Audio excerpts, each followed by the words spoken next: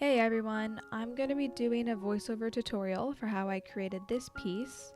I have all my materials linked in the description, and I'm also going to be sharing some tips along the way. I usually start with the eye, but since this piece didn't have one, I jumped right into the background. I turned my portrait upside down, and this keeps all the pastel dust from falling onto parts I don't want it to, and it just keeps the sketch clean. I go in with my Rembrandt pastels here, and you'll see in a second I use something called a soft sponge to blend them together.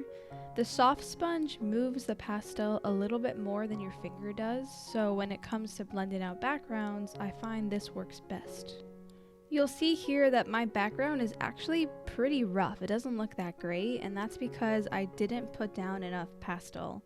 To get a really smooth background, you need to fill the tooth of the paper nearly all the way. This process is just rinse and repeat. Add more pastel, blend it out with the soft tool. Once I get enough pastel down that it starts to look really smooth, I'll go in with my finger because the soft sponge will leave direction marks. You can see which way you blended it, and using my finger to blend out the final layer gives it a smooth finish. I always like to start with the background so that when I go and draw the actual horse, it layers properly on the background. With the background in, I'm moving on to the ear, and my process here is pretty much the same for most fur that I draw. I start with the darkest colors that I see in a base layer, then I blend that all out and start drawing the fur dark to light. I'll go in with a black pastel pencil like I am here, and this also establishes the fur direction, which is really important when you're trying to create realistic fur. And I'll slowly build up my layers until I get to my lightest color, which for this ear is a dark gray. Next, I work on building up this base layer.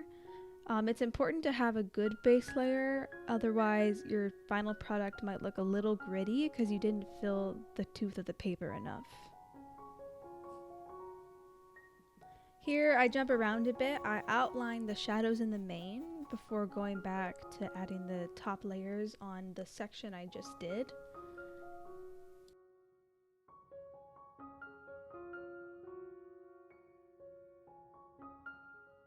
Now I'm working on the base layer for the mane here.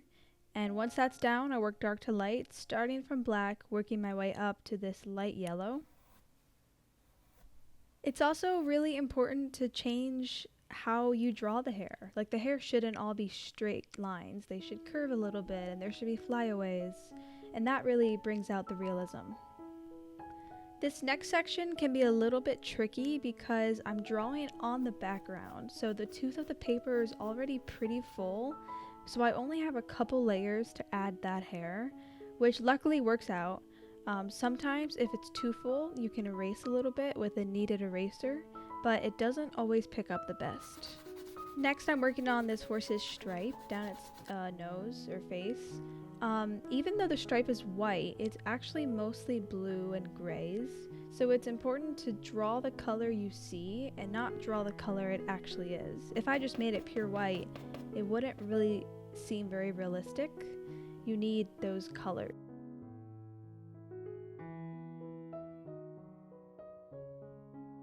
As I continue the mane, I always start with black. It kind of creates a stencil of where the darkest parts go, and then I build up the base layer before adding in those top strands of hair.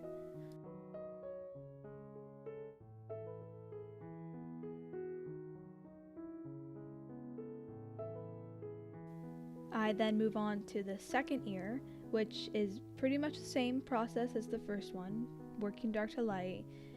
It's also important to add color. Even though this horse is brown, the fur has reds and oranges and even blues, which really make it seem more realistic and honestly just adds interest. It'd be kind of boring if it was just brown. You'll also notice I'm not using the soft tools for the actual horse, and that's because I want to blend the base layer, but I don't want it to all become one color and totally blend together. So I mostly use my finger because it'll move the pastel around, but not as much as the soft tool would. Here I'm building up my base layer for this section of the mane. I'm using probably about 5 or 6 colors. And I go ahead and blend that all out with my finger, and it kind of dulls the darks and the highlights, but you're left with a stencil of where the hair should go. And if you've put down enough pastel in the base layer, it should be pretty smooth, and it makes it really easy to build up layers on top of that. I always start with the darkest strands of hair, which in this case I use a black pastel pencil, and then work my way up to the midtones and finally the highlights. It's also important to overlap the background here, since the hair is in front of the background from our point of view, so it should overlap it in some places.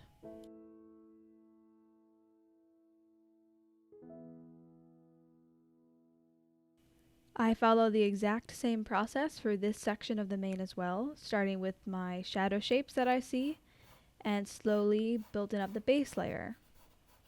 For this section of the horse's mane, it was very chaotic. There was a lot of smaller sections that crossed each other, so I tried to simplify it into 4 or 5 main sections. And then once the base layer was finished, I went in with smaller sections and more chaotic strands of hair that recreated what it looked like in the reference photo. Once most of my layers are down and it's starting to look finished, I'll go in with my brightest whites and my flyaway hairs, which are small hairs that kind of just go in every direction.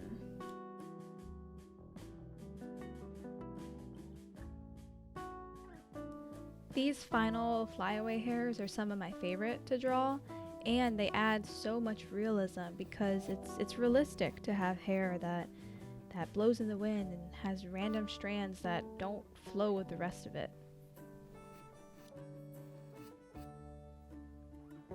And that's essentially it. That's my process for creating this piece.